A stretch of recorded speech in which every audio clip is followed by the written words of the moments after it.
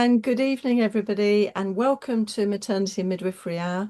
We're back. We're back. It's series 17, session one, just in case you didn't recall. And welcome indeed to this session this evening. And my name's Sue MacDonald, and I'm the curator for the Maternity and Midwifery Hour and the Maternity and Midwifery Festivals. And it's my delight to be chairing this session this evening. And I'm joined by two super midwives. Anna Madeley and Stephanie Michaelides. There they are with me. Here they are. And as we always do, or I always do, is I just invite my guests to share a moment of their week. And it doesn't have to be a big moment. Sometimes it's a big moment, sometimes a tiny moment. So shall I start with Anna? Anna, your moment of the week, please. And welcome. Thank you. And it's lovely to be here. Thank you very much. So my moment of the week hasn't happened yet, but I'm looking forward to Oh, it. Is that okay to say? cheating, but we'll It's let you. slightly cheating, but it's only Tuesday. So I am very much looking forward to my moment of the week, which will be Saturday. So Saturday, I have the delight of meeting some midwives. We're coming from all around the world. We've known each other while we were doing our doing and are still doing PhDs, and we are all meeting to have lunch on Saturday. And one of my colleagues is coming from Australia, so I'm incredibly excited. So. Well, that I think that's a big moment. And I can just imagine, like, whenever midwives meet old friends, you just start picking up where you left off, and it's just so exciting and lovely. So enjoy, Anna. That's lovely. Thank Thank you. you so much for sharing that. Now, Stephanie, you'll have to compete with Anna now. Oh, I couldn't possibly compete with that whatsoever. Just to say, my moment of the week so far has been the fact that I've had other students, and one of the things as a teacher that we try and do, we try and share information with our students, but it's really wonderful when those students take forward the fact that they have enjoyed learning and they're going forward as teachers themselves. That really does give you a heartwarming feeling to know that other people are going to take forward and increase the knowledge that you have given them to go forward and teach so the continuum continues. So I had one of my ex-students who rang me and asked her to make sure that I could give her some hints on how to move forward because she's been invited to give lectures on the systematic examination of newborns. So that was really a wonderful moment to know that more and more of those students are going forward to become teachers and many other roles. But it's good to know that what you're doing is useful. Fantastic. No, that's a lovely moment too, because that's about our next generation of teachers. And Mm, as three of us as teachers, that warms your heart to think that the next generation of students are going to get good mm. teaching, high quality teaching. And it's kind of like a feedback that you've kind of got it right. So well done, and well done both of you. And thank you for sharing that moment of the week. Now I'm just going to go back to my welcome and just remind our new people and our old people, because I know that we've got a lot of old friends with us this evening. So welcome indeed to you. It's lovely to see you again. I don't see you, but you see me. And then we've got some new people who signed up. And you may not know the story of the Maternity and Midwifery Hour because we've been here. This is our fifth year. I can't believe it. And we were born in the COVID-19 lockdown, the first lockdown in the UK in the March. Our first one was the end of March. And it was all about making sure that midwives, student midwives, anyone actually in the maternity services could have some sort of link, some sort of area where they could discuss, especially COVID at that time in maternity services, but also other maternity and midwifery things. And that was a really good connection. It's a bit, I suppose it's a bit like the beginning of the refresher courses. Now I'm really showing my age. I wasn't there where they started, but that was why refresher courses came from originally in the 30s. But it's been very successful. And we don't really talk so much about COVID, though we know it's still around. We're looking at all sorts of things within midwifery and maternity. And what I'll say here now is if any of you are watching and you think, well, they've never done such and such. Why haven't they done this thing that I'm doing at the moment? Get in touch because we're very happy to welcome anyone from the maternity services to share what they're doing and their kind of their viewpoint on the world, because it's all really good to share and good to learn together. Now, the good thing is everything we do in the Maternity and Midwifery Forum is recorded. So if you have a power cut tonight, or if you have to rush away, don't panic. You can always catch up a bit later. The other thing is you're going to learn some stuff this evening, and some things are going to challenge you, which is good. We like that. And you might want to watch it all over again, and you'll be able to. And you can also, and we're very happy if you do this, share with your colleagues. Very good if you're in a student group and your other students were very busy doing other things, like working, to actually get together and watch the video and have a discussion about it, because that helps you kind of seal and understand the learning better. So please do that if you'd like to. Now, the other thing is this is very good for revalidation, so you can always get a recording afterwards, and you can subscribe to Matflix, and you'll see on the resources sheet that comes with this hour, you've got the Matflix link up, so you can check out what's there. Health warning to you. You go into the Matflix kind of portfolio, you might find you're there 2 hours later, having been pulled in by something delicious and interesting that you didn't think you were going to listen to, but you end up watching and listening. I think there's something, and it's something about being a midwife. It's really good to hear other people talking. It comes alive for you. So do access that if you can. Now, I do have to do a quick news flash. Right, the 24th International Labour and Birth Research Conference has been taking place at the University of Lancashire. So I suspect there's going to be a lot over the next few weeks coming from that. We weren't able to be there, none of us tonight, but I know some of you who are watching might have been attending. So share with us what went on. It's really good. It's always good to know. Today is World Patient Safety Day, just in case you didn't know, and 21st of September is the UN International Day of Peace, and I hope that there's a degree more of peace, because that's what we need in this world. Okay, the other news, big news in the news on maternity is that 14 NHS Trust maternity units are going to be part of the review by Baroness Amos, with an interim report coming in December and the full report coming in spring, I think March, April time. The other bit of news is that the Embrace report and the National Perinatal Audit Report, NPA, have both been released this very week. Now, I have to share with you, that's the NPA, that's what it looks like. And then the Embrace, they always look about the same. And those of you who have been in midwifery a while will know the importance of the Embrace report. But what's fantastic about this is they do a really good executive summary with fantastic infographics. There, just a summary of it. So it's sad, really. Well, it's very sad that we still have this ethnic differences and deprivation impacting on maternal mortality. We still haven't got there, and we still need to still carry on addressing that. So that's very much in the Embrace. The NPA says more about, it's a national maternal and perinatal audit, is much more about things like types of birth and data. There's a lot of data in it, and probably Anna would be able to juggle all of this very easily. But it's a very interesting report, and they do go in for more research type infographics, I would say. Takes a little bit more time. I haven't gone through it because I haven't had quite time. So this is my tomorrow's activity for that. But the key things for me that I picked up just glancing through was 1 in 3 births was through induction of labour, which seems awfully high to me. And normal vaginal births after were just under 50%. Also, that seems a bit low to me. And 1 in 7 births after cesarean section were vaginal, and that doesn't seem quite high enough to me. So I think this tells us the things that we need to do and need to work on.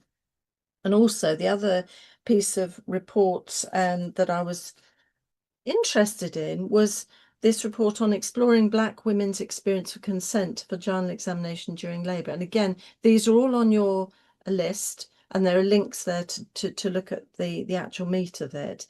this was very interesting to me because we're going to be looking at consent, and this is what it looks like. Just to prove I have it. And I think the thing that got me was it showed that most of the women who were interviewed didn't think they had a choice about whether they had a VE or not, vaginal examination or not, and they didn't feel they had enough information. And they also, one of the sentences were they were troubled and shocked by the experience. And it's a very intimate experience for women. And I think sometimes if you're in it, you may not always remember that. I think we do need to remember it. And this is an important piece of work to look at. And I think there are several elements to this work. So that's your bedtime reading. But on to the meat of and I'm trying to talk really quickly to get to our wonderful speakers. And we're going to look at changing knowledge. Well, knowledge is, I think that underlines knowledge is changing all the time. And it's very difficult, I think, sometimes to let go of an old bit of knowledge as a new little bit of knowledge comes along. But we do need to, because as new research, new evidence comes along, we need to look at how we put that in practice. So we're going to be looking at language and approach to seeking consent. And then we're also looking at examination of the newborn infant in the birthing room. I'm not talking about the whole examination, but Stephanie will make that clear anyway. Both really important for us as student midwives and as midwives.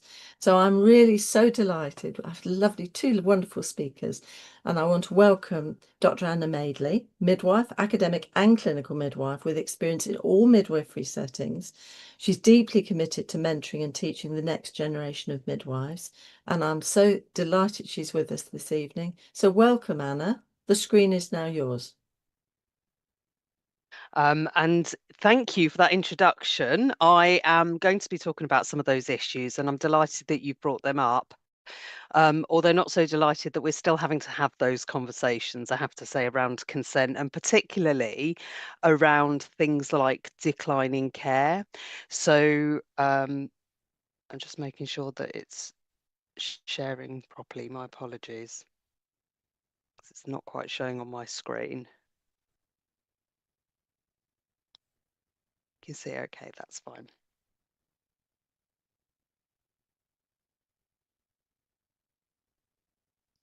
Just hitting a little technical.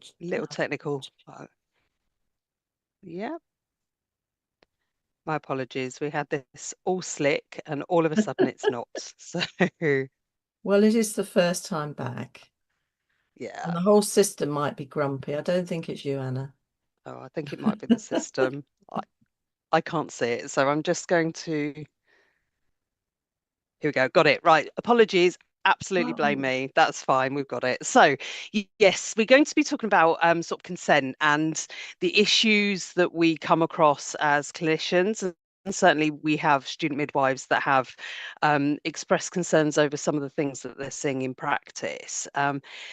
Much of my background and my research background, if it isn't looking at home birth, it's looking at some of those consent issues and issues around what we tend to term as birth outside of guidance. And I'm going to be challenging you today to start thinking about this slightly differently, because I've only got 15 minutes and I could talk about this for hours. So this is going to be a quick win. And I say a quick win, but I'm not sure it is, because I am going to be asking people to think sort of systematically as part of the systems you work in, but also sitting with your discomfort around some of the issues that come up with this, and how just by changing our language can reframe how we think about the care that we're providing and the care that we're planning. So I framed it around the problematic terminology of birth outside of guidance, because that's where most people are understanding this sort of care that we're providing and care planning.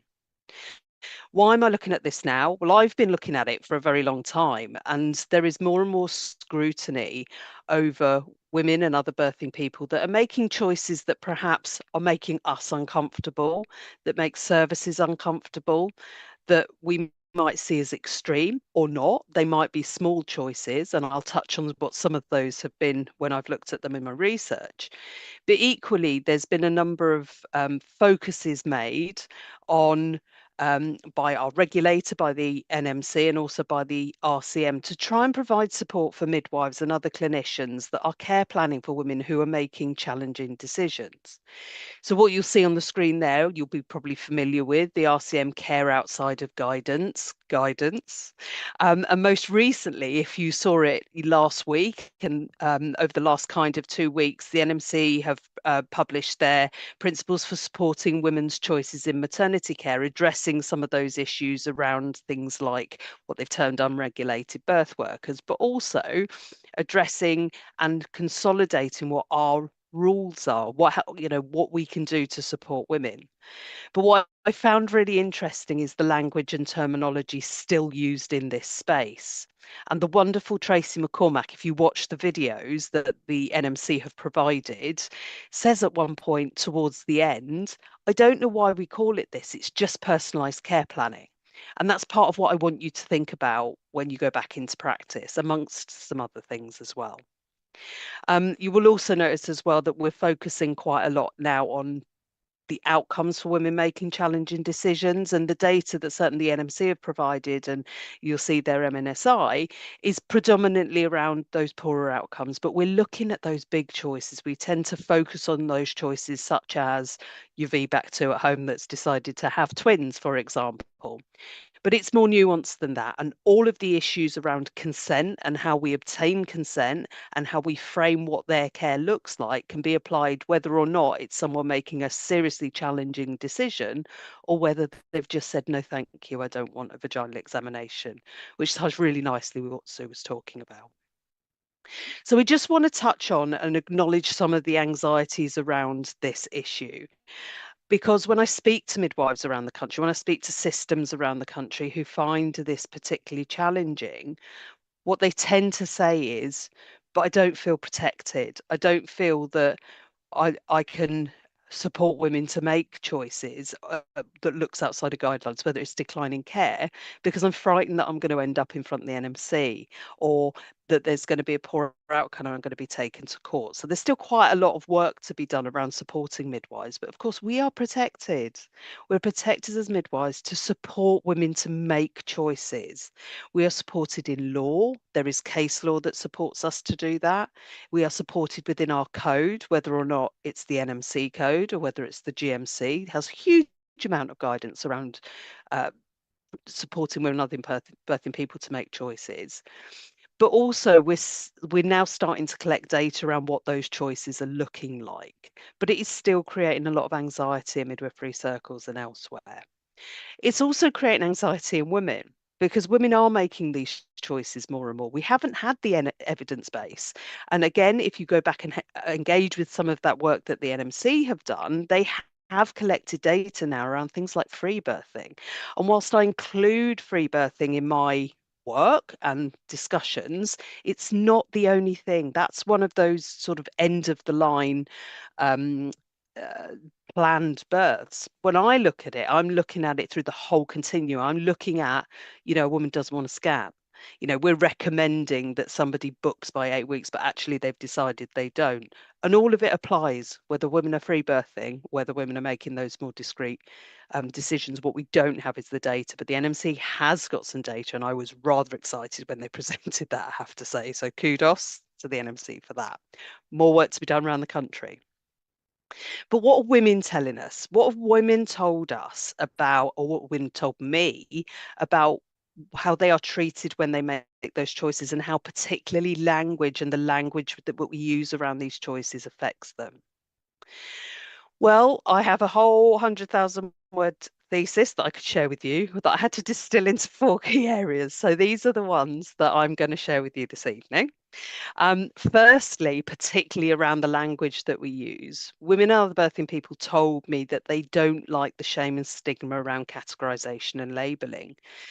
So there are some quick wins in terms of the language that we use. And again, if we go back to the RCM and the work they did in their rebirth project, which is fantastic, it talks about how we can really challenge those labels around shame and stigma using someone's name rather than them being the VBAC in room 4 or the raised BMI in room 6. Makes a huge difference. Being categorized and labeled is stigmatizing and in and of itself. If you delve into the sociological literature, which I won't do tonight because I haven't got the time, you will see that stigma is acutely, there's a line to be drawn with how people are labeled, the dehumanization of them and their condition. But also clinics and pathway names. More and more what we're seeing now is that we're seeing it framed as outside of guideline. And I'll park that there because I'm going to come back to it because that's one of our quick wins. But equally, how we name our clinics, the pathways that we put women on. And what I do see a lot now is outside of guidelines, which seem a bit odd to me. But again, these are quick wins that we can put in place for our systems, for our individual language and our practice that can challenge some of those issues. Again, going into this institutional risk depersonalization and enforced timetables, one of the things that women told me around particularly language and the way that they were labeled is that they were labeled and put into a basket according to their perceived risk, whatever that looked like, and they didn't like that. It was a stigma around their body not working, the fact that of course we've given up on them already because we've already labeled them with that high risk complex woman, which of course women can be. They are complex, but they're still people. And then there's this thing around unique normativity. What might be abnormal for us and what might be risky for us is normal for these women and other birthing people that are making these decisions. And again, anyone that's heard me talk about my research will know that I talk a lot about this expectation of compliance. So if we come into our care expecting women to comply with what we have recommended for them, whatever that looks like, whether it's evidence-based, whether it's not, and they then don't do that, we then label them. The language that we use, the difficult woman, the difficult person, the non-compliant woman, will immediately start to be a challenge to them and they will withdraw from care. So there's a couple of big wins. This is what I'm going to ask you to do, is I'm going to ask you to start thinking about two particular terms. So the first one will not come as any shock. It's this outside of guidance. And I note that the new guidance from the NMC calls it outside of guidance or outside of guideline. And I see many trusts talking about outside of guideline, but this is problematic. And the reason it's problematic is because what we are doing then is we're positioning guidelines as the authority. When you look at what informed consent looks like, when you look at what informed decision making looks like, and there's some fantastic models that, again, the RCM have used and NHS England, it shows that it's a culmination, this informed decision making and consent is a culmination of the needs and wants and preferences of this woman. What is their history? What can we do? What are the recommendations? And then they making the decisions in the middle. So if we are positioning guidelines as authoritative, which we are by saying they are outside of guideline, we are then stigmatizing women. And we are making them feel that their choices, if they are not what we expect them to do, are then wrong. And that can be problematic in and of itself. So when you are naming clinics and pathways, try not to use outside of guidance. What I would like to see, and in the next sort of few years, that this term goes, that we start talking about personalised care clinics, personalised care pathways, because that's what it is. I'm with Tracy McCormack on this. That is what it is. Choice equals personalised care. And that informed decision making is about that ongoing organic decision. So that's outside of guidance as a problematic term and what we need to do about it. The next one that I'd like you to have a think about is this one. And I remember as a student midwife, which wasn't a million years ago, writing in people's notes, refused care. We then went away from that because, again, wasn't seen to be a term that we should be using. And this is what we see now: declining care, declining a VE, declining a scan, has declined to see the midwife. But what this does again is it positions the recommendation as authoritative. They are just recommendations. When you look at what a guideline is, or even if it's a NICE guideline, trust guideline, it's a set of recommendations which should be evidence-based. On the whole, we say they are, but they should be evidence-based. And if we are offering something, then there's a choice. And one of the choice has to be no. And one of the analogies that I used that I borrowed from the police was around a cup of tea. If you offer someone a cup of tea and they say no, you're not going to force them to drink it, because that would not be right. That's a consent issue. So women aren't really declining care. What they're doing is they're withholding consent. And if we reframe how we think about withholding consent and declining care, what that does is it changes our mindset when women say no. We worry about declining care for a number of reasons. Sometimes it's a metric, sometimes we have to measure it. If they decline newborn blood spot screening, for example, might decline vitamin K for a well baby, they might decline all sorts of things. And then those coercive practices start to happen. And women have told me this. I've got many, many examples of making discrete, small choices where they're declining care. And actually, what they're doing is actually saying no, thank you, and it's withholding consent. So, my second plea is start to think of it in that way and start to change your terminology so that it is withholding consent rather than declining care. And this is supported in the code. For midwives, the code is very, very clear that we should be supporting women in whatever those choices are, including the right to refuse, decline, and say no, thank you to care. And that is enshrined in law as well. So this is my plea to you this evening, is to reframe our language. It's a very small win, but it's something that can make a fundamental difference to women in our care, to their offspring, to their families. And this is what is going to make women come back to us and feel that they can trust us, because it's all wrapped up in consent. And that is all I'm going to say on the matter. Thank you very much. Wow. Is that okay? Yes, that is. That's left. I think that's left our colleagues, our participants, with something to think about. Now, if you have any questions, or if you think, oh, that doesn't quite make sense, or how does that work in practice? Start writing in the question in the wee chat box, and then it'll come through to Anna at 2:45. So thank you so much, Anna. That's Very welcome. I like the idea of this sort of reframing. It's really useful. Thank you. And we'll now move to Stephanie, who's, I'm also delighted to welcome Stephanie Michaelides, considered to be one of the leaders of neonatal care and examination newborn within the UK, another dedicated midwife and teacher. And one of the things about Stephanie is she doesn't just teach in the classroom, she's out there in the clinical area. I'm very passionate about that. So welcome, Stephanie. The screen is now yours. Thank you for that introduction, Sue. Just to say what Sue said at the beginning, what I'll be talking to today within the next 15 minutes, and again, like Anna, it's a big ask, but I'm going to do my best to give you some of the main points for us to, start to debate the issue. I'm talking about the examination following birth. I'm not talking about the examination that's taken within 72 hours, which is the night included. I'm talking for that first hour following birth.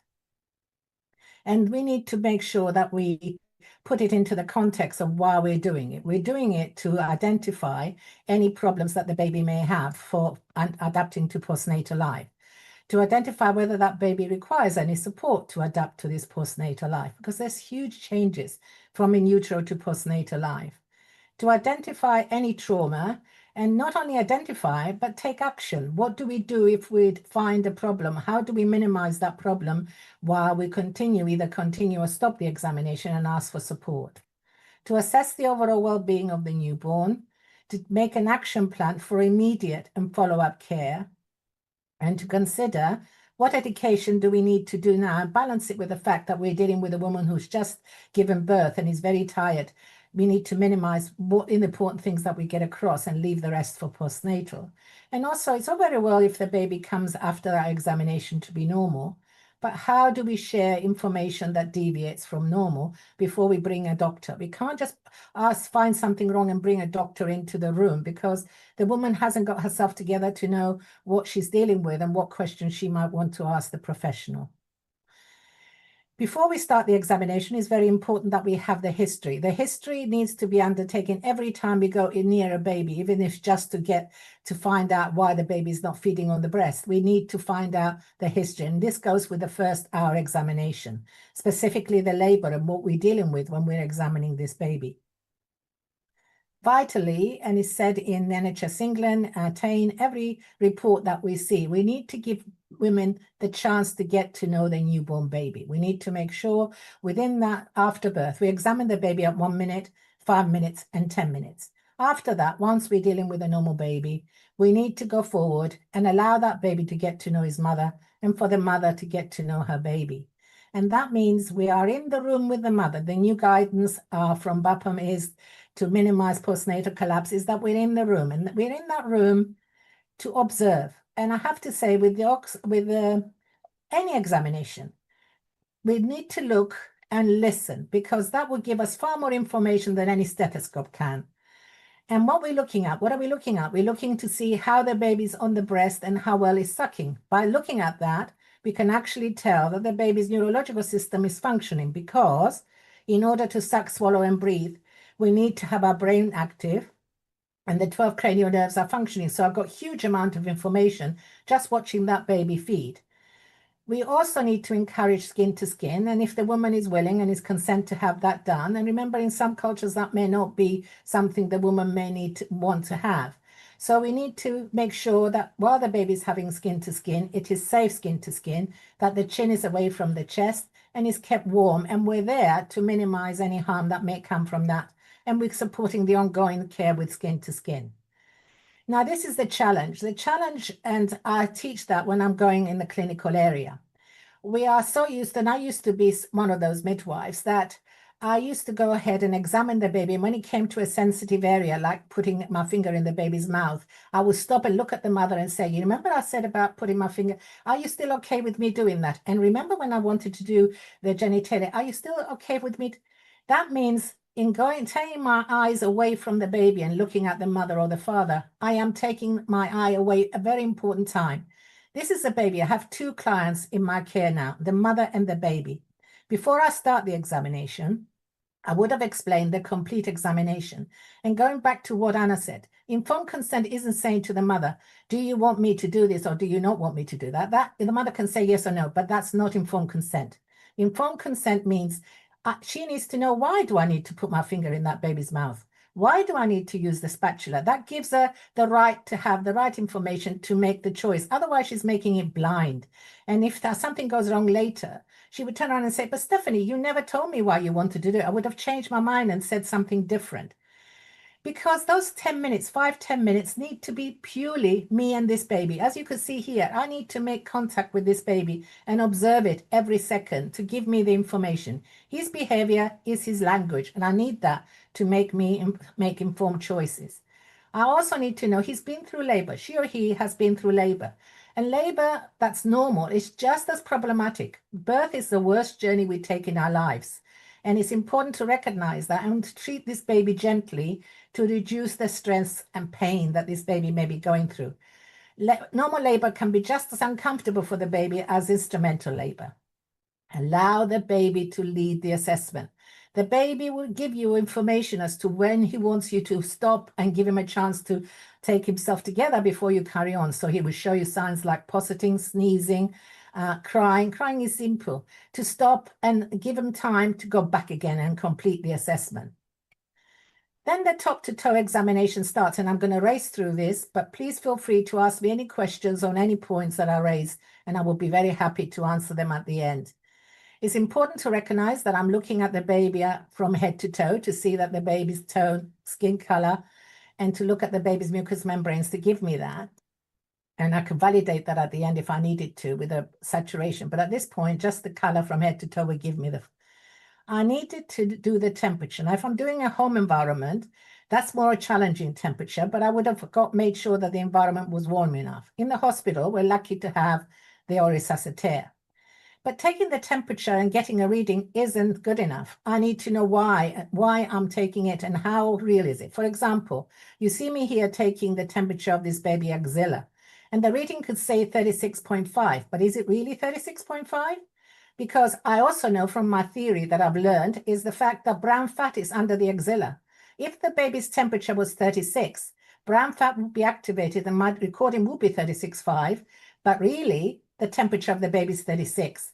How do I validate that probe? And that's by feeling the baby's extremity with his abdomen. Then we always start looking at the baby, and I always start next to look at the cardiorespiratory system. And this is the framework I use every time I assess the respiratory system. I count the respiratory system for a full minute, and then I look at nasal flaring, and then I look at grunting. If it's inspiratory grunting, that's grunting noise when the baby breathes in. I will not be inserting any spatula because there may be damage of blood vessels at the back of the throat that I may damage. But if it's expiratory grunting, it gives me the idea that the problem is lower airways and I'm dealing with either fluid or infection. Then I'm looking at symmetry of the chest movement. Now, you will not recognize, well, some of you may be very aware of this, but babies take a huge breath when they first come out because they have to move all that fluid out of the lungs and into the lymphatic system and get air into the lungs. In doing so, they can actually cause themselves to have a spontaneous pneumothorax. You don't want the baby to wait 8, 10 hours, 12 hours later. When you send this baby to the postnatal one, you can go sleeping next to his mother as the mother's asleep. Nobody will realize that this baby's in trouble. This assessment will give you an indication of how the baby is to deal with it now, not 6 hours, 10 hours later.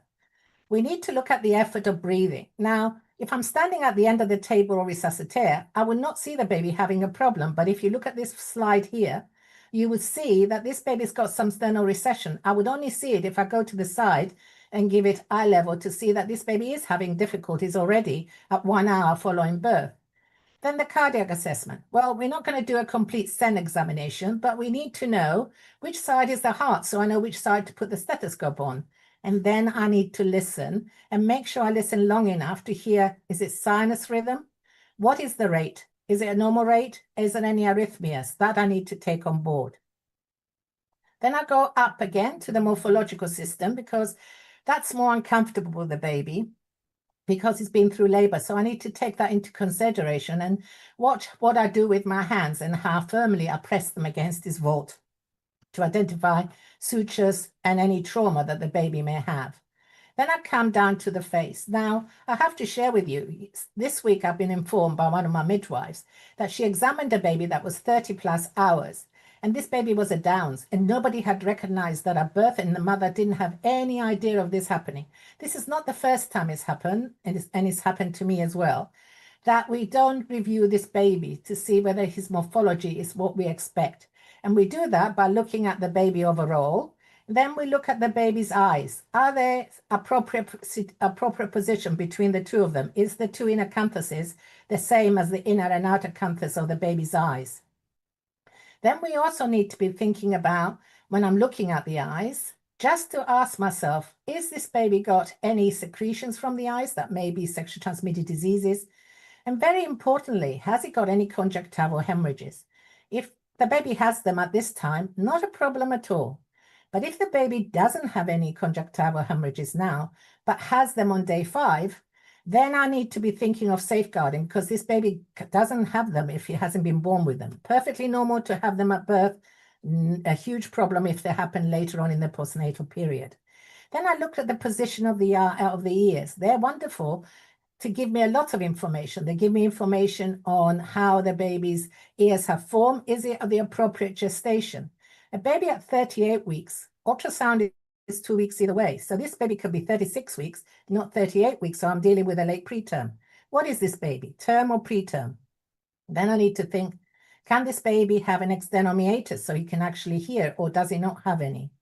Then I'm going down and looking at the philtrum. Is the philtrum the appropriate size, or is it wide? Am I dealing with a baby that mother has utilized alcohol? Then I'm going down to the mouth. Now, I don't examine the mouth now. I leave it to the end of the examination because it's disturbing for the baby and I want to complete the examination before going into the internal structures. All I look for now is whether the airway is clear and whether I'm dealing with a baby that may have, if he has got a lot of secretions. Did I look at the history properly? Was there polyhydramnios? Am I dealing with a baby with esophageal atresia? That's quite a major problem that I need to take forward. Then I come down to the baby's chin. I know that the chin keeps the airway clear. So if he has got a little one, small receding chin, I'm concerned how to manage this baby and need a second opinion. Then I come down to the baby's neck. Can he rotate it from side to side? Then I continue down to the arms. And then I noticed that the baby throughout the examination would have moved both arms. But then sometimes when the babies, and we hear from this, I'm not sure about you on the call, but how many of you have noticed that babies are being identified now? Maybe we're looking for it and identify it more now than we did before, but they are coming up with fractured clavicles. And the fractured clavicle is extremely painful for the baby. And we need to make sure how to manage it now to complete the examination, and how to minimize the pain for the baby, and how, with the baby strapped to his arm across his chest, can be breastfeed, that we need to provide the continuous support for the mother. Vitally, we're not really the ones who are doing the first examination. I bet all of you know on this call, the first examination is by the mother. The moment you hand her a baby, she's gone through this baby with a fine tooth comb. She knows exactly what's right and what's wrong with her baby. We need to take the time before we start the examination and say to the mother, is there anything you'd like me to focus my attention on? Try not to use the words abnormality. As Anna said, language is very important to enable the mother to be free to tell you what the problem is. If you just say, what part would you like me to focus to look at, rather than say, is there anything that you think is not right for this baby? Then that will make her in a difficult position. She might not share with you what she's worried about. Now, we know that probably we count the fingers anyway, even though the mother has. We make sure there's nails at the end of them, because you'd be surprised how one nail missing, it may not be picked up by a practitioner, and that can indicate syndromes in your baby. But vitally is the grasp. The baby can move, like this baby's moving his arms, but he cannot grasp. It means that it's got a nerve damage. We need to sort that out sooner the better. Then I come down to the abdomen, which is one of my pet ones that I would like to discuss even more, but I haven't got the time. We look at the abdomen that is rounded and there isn't visible peristalsis, but the cord. The cord needs to be left quite long, as you could see here. The longer, the better. And then when it comes to this examination, I can put the baby under the lights and view this cord to see that there is no secretions coming from. But vitally, I know in embryology, the abdominal contents, the intestines, develop outside and then go back into the abdominal cavity. Maybe a bit, the major ones you could actually see, but a tiny bit of intestine in the cord needs to be viewed and excluded before you go ahead and cut through it. Because now I've got the chance and I can leave it long and get for a second opinion, or if it's okay, I will cut it to the right length, because the baby doesn't need to have this length of cord attached to it. The groins reviewed, especially on crying, because if the baby's crying like this, it's a good time to look at them, because you may notice a hernia then. Speaking to experts on consultants on ambiguous genitalia, it's important to recognize we need to not validate the sex until we have actually looked at the baby, and at this point, and then say you've got a male or a female. And to validate the sex of a male, you need to make sure you look at the genitalia for gestation, and also look to see that the baby hasn't got a hypospadias. You'd be surprised how many hypospadias have been missed. We need to really look that the external meatus is where it should be. We are looking at the testes where they're descended, but this is an emergency. And I'm aware of one hospital that had 3 in 1 month. Testicular torsion should not wait for the main examination later on. This is a medical emergency and needs to be picked up now. What are the scrotum? Is it equal? Is it discolored? Hydrocele is normal, but the mother would get worried. So we need to explain that to her and what it means. For the female, it's just as important to review the male genitalia to validate sex. We need to make sure that we can actually separate the labia majora from the labia minora. Just looking externally does not give you an indication. Then we need to make sure that we see that the hymen is patent. Now, you may say, why are you worried about that? Well, it's not a problem to a baby now, but when she starts to menstruate later on, she can't. And there will be huge problems, which I haven't got time to go into now. But we need to validate, because the hymen is quite low at this time and is visible to us to be able to view. So if there's no secretions, we need to visualize that it is patent. This is important, the perineum size at this hour exam.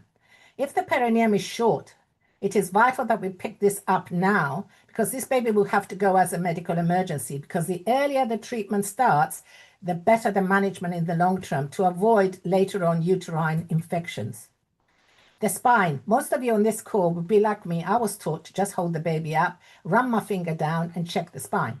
Now I know this is I will have to lift the baby up to see that the baby's spine is straight, but immediately I put the baby down, because this is not only uncomfortable, but dangerous position to examine the spine. And in examining the spine, I need to make sure it's intact, there's no dimples, and if they are, how far away from the anus is. This is the important part, the anal wink. I can't tell you. In the past, I was taught, and maybe some of you are at the same time as me, to put thermometers in the baby's rectum to look at the temperature. Now, you'd be aghast at this, but this is what we did years ago. We're no longer doing that, but we need to make sure that the anus is patent. And that's really looking at it while it's prone properly and make sure that there is an anal wink. This is the time to look at the buttocks for any fat that isn't present. So you expect the baby to have adipose tissue. That's what maintains his glucose. So a baby that's small for dates and it comes less than the 2.5, I have a number to work with, great. A baby that's light for dates can be 3 kilos, but I need to look at the baby closely to see how much adipose tissue it has, and I need to compare it with the head circumference, and a 2 centile difference would alert me to the fact that I've got a baby that I need to manage with the senior neonatologist to prevent hypoglycemia and other issues. This is the other one. We concentrate on breastfeeding, but we need to concentrate just as much, if not more problems can occur with artificial feeding, especially at this first feed. No baby can be given an artificial feed until we examine the internal structures of the mouth. We first do a digital examination, and the advice is to put a spatula in and view to make sure we haven't missed the cleft palate. Now, in this picture, you see a spatula going in and for us to view. Now, this spatula is held in this position in order for us to see the cleft, but in actual fact, our finger should be at the end of the spatula. What has happened recently, and I've heard there might be new guidelines coming out, the baby's tongue, for those of you who have done this, is very strong and can lift it up and split the spatula and cause splinters to go off into the baby. So it's important to put it in a glove, in a finger in a glove before we examine. The other thing before we actually talk to the full examination, we need to make sure that the baby hasn't got respiratory distress. A baby that is trying to breathe rapidly and also swallow is not going to do it. I can't do it, nor can the baby. So has it got any, exclude that.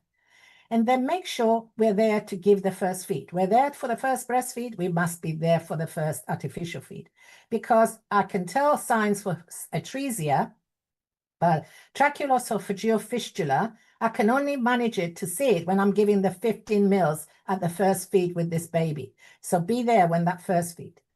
And in conclusion, when I finish the examination, I then shut away all the noise, all the people around me, and then go through mentally the top to toe assessment. Have I done everything? Have I forgotten something? If I have, not the end of the world. Do I go back and do it now, or do I do it later? It's nothing worse than dressing the baby and then recognizing you haven't done something. What actually is my action plan? And if I found a deviation, do I need a second opinion, and from whom? How do I share the information with the woman? And this is important. The language we use and how we share this is vital. It's important to give the correct weight, the information to the woman, so you don't terrify her, but you balance the information. And she knows that a doctor's coming in for a second opinion to help us continually support the baby. And for her to know lots of conditions can be treated beautifully today without any problem. But what I also recognize, bombarding her with education is not the right time. The birth time is the last time. It's the least time you're going to be giving. You just give her the minimal amount of information, because she is trying to accomplish and stay compos mentis after a long labor. Even a short labor is enough trauma for that woman. And as you can see, Winnicott, who's a major psychologist, has actually done research that the women has said we are dominant, we are not very nice, we are precursory. We need to take that into consideration when we are sharing information and how we are dealing with the woman. Ask about how she is before we start talking to the baby. Thank you for listening, and I've managed to do, I've gone over the time again, sorry. Please put your questions and comments on the chat. Thanks very much. Thank you, Stephanie, and thank you, Anna. I think you've given us, I think, a huge amount to think about, because I think it's challenges an awful lot in the word. I think Anna's talking about the words does challenge you to think. These words we use, we don't necessarily think about, do we? That, you know, birth outside guidance and sort of almost labeling a mum or a woman or a birthing person in a particular way. And you kind of think, when you said, well, it's personalized care, I'm thinking, phew, thank goodness for that. Because for me, I think, and anyone here that's had to require any, well, if you go to the dentist, you go to the doctor, anything, or the midwife as a pregnant woman, you don't want to be labeled, do you? And you want to have your choice and your person respected. So that's really a good thing to be thinking about in your brain. I'm talking now because I know your people are just putting in questions. There's always a little bit of a delay. The other thing I was thinking as Stephanie was talking, I think it's very interesting because I mean I'm imagining this examination is always done because it's certainly as a student midwife many years ago, this was a really important part of our students, the completion of our supervision of care. And it was a really lovely bit of the birth. But of course, we did a lot of other things when we did that examination because I remember doing the hips, which we don't do now, and you know, lots more checks. So in a way, it's a much more targeted assessment because obviously hips are done a little bit later, and you have to be quite experienced at doing that.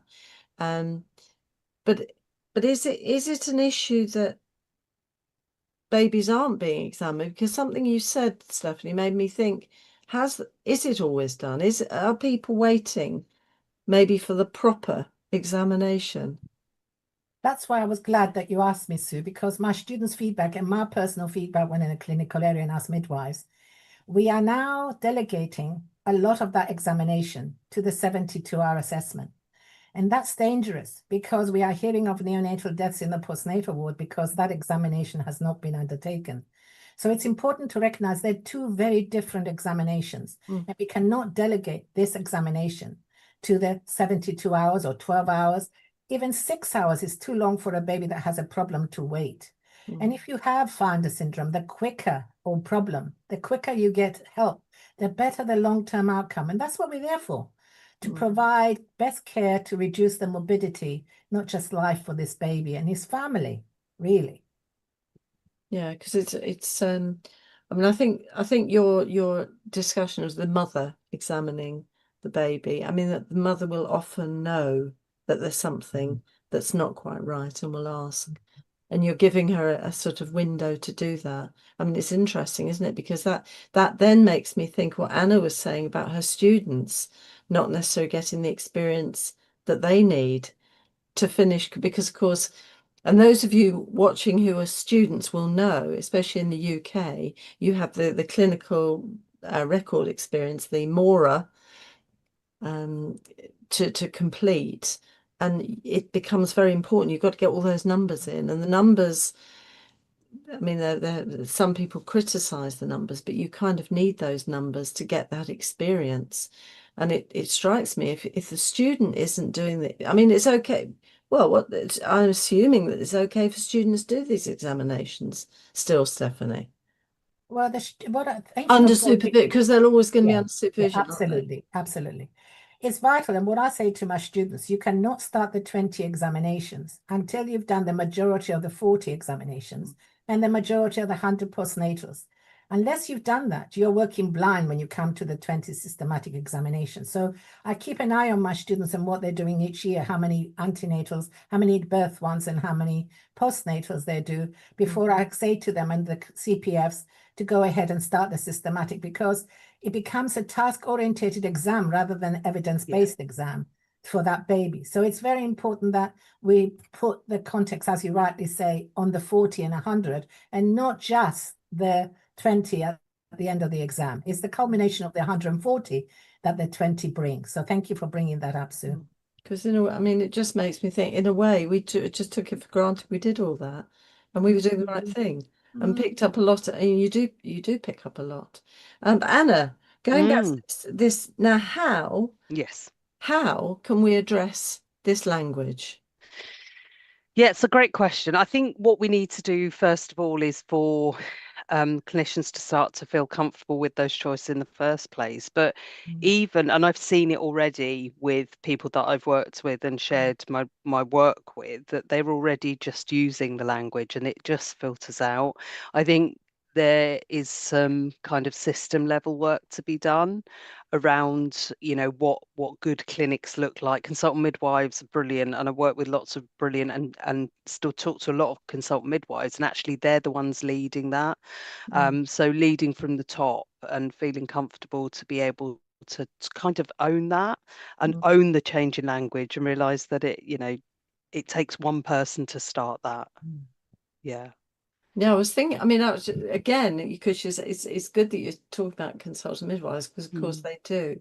Yeah. Then it makes me think, and we're all teachers, Yeah. when students come back and say, but when I said this, the midwife said, oh, that's what you do in school. That's not what you do in real life. It's one of my bugbears, and I have lots of them, as anyone knows. I've got hills that I'll die on. And one of them is that kind of gap, isn't it, between when students come to us and they'll say things like, in the real world, this is what we're really seeing. And I make no apologies for sort of saying to them, actually, I'm teaching you gold standard care. I will always go back to the law, the regulatory kind of framework, and also, the moralistic framework around consent and personalized care, because if it becomes second nature, then when they are the teachers of the future, the reason advocacy is not necessarily being seen out in practice is because the people that are doing that now didn't see it when they were students. So it takes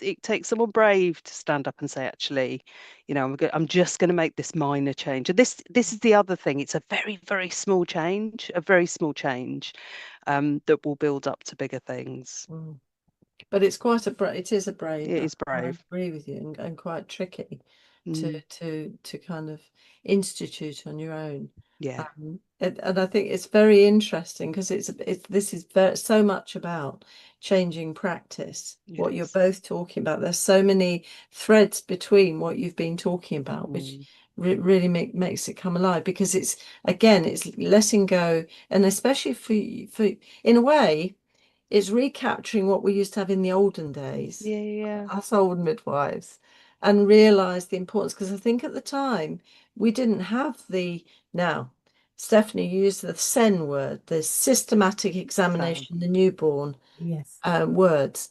We didn't have that when some of us, and I'm talking to some of you midwives out there who same vintage, who didn't do that examination, because that's comparatively new practice.